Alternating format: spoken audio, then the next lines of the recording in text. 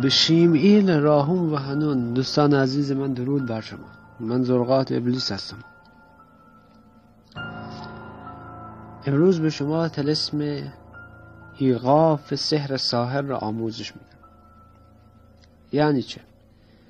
یعنی اگر شما میخواید سحر ساحری را ببندید، یعنی کاری بکنید که سحر این ساحر دیگه پاسخ نده و نه تنها سحرش بلکه هیچ گونه اعمال روحانیش، چه از دعاش، چه از طلسماتی که می‌نویسه، یا سحرهایی که انجام میده، یا عزائم و آفاقی که درست میکنه، هیچ کدوم دارای روحانیت نباشه و عمل نکنه، میتونید از این طلسم استفاده کنید. این طلسم رو روز چهارشنبه وقت غروب خورشید بر روی یک ورق آبی رنگ می نویسید با جوهر سیاه، ابر سائل سیاه، و بعد بخور میدید به بخور قرین، کوکب، برج و طالع ساحر، به بخور شرش.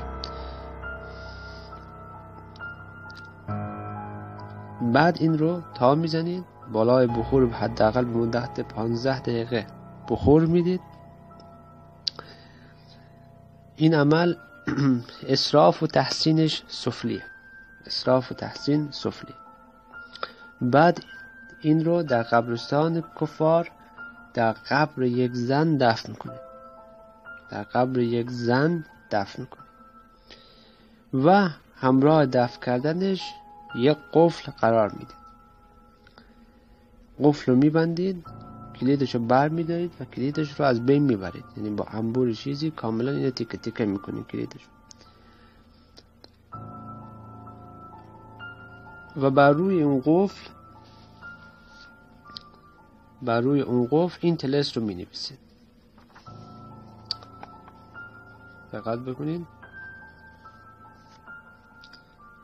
این طلسم رو بر روی اون قفل، بر روی بدن این قفل مینویسید، هم این طرف قفل هم به اون سمتش. اگر بر روی یک سمتش هم بنویسین کفایت میکنه، حالا خود دو طرف بنویسین قوی تر میشه. بر روی یک قفل مینویسین و تا ساحر دیگه نتونه اینو پیدا کنه. اگر این قفل روش طلسم ننویسین عمل میکنه، اما ممکنه که ساحر قفل رو برداره. اما اگر اینو بنویسین ساحر دیگه نمیتونه، یعنی روحانیتش اجابتش نمیکنه تا این رو پیدا بکنه. به هیچ وجه نمیتونه اینو پار کنه. و حتی اگر هم پیدا بکنه نمیتونه باطلش کنه. فقط کسی که این طلسم نوشته خودش میتونه باطل کنه. برای همین عملا دیگه کاری از دستش بر نمیاد.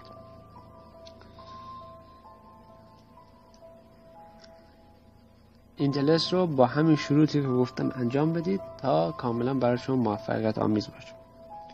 امیدوارم که در نوشتنش موفق باشید. من زرقات ابلیس هستم.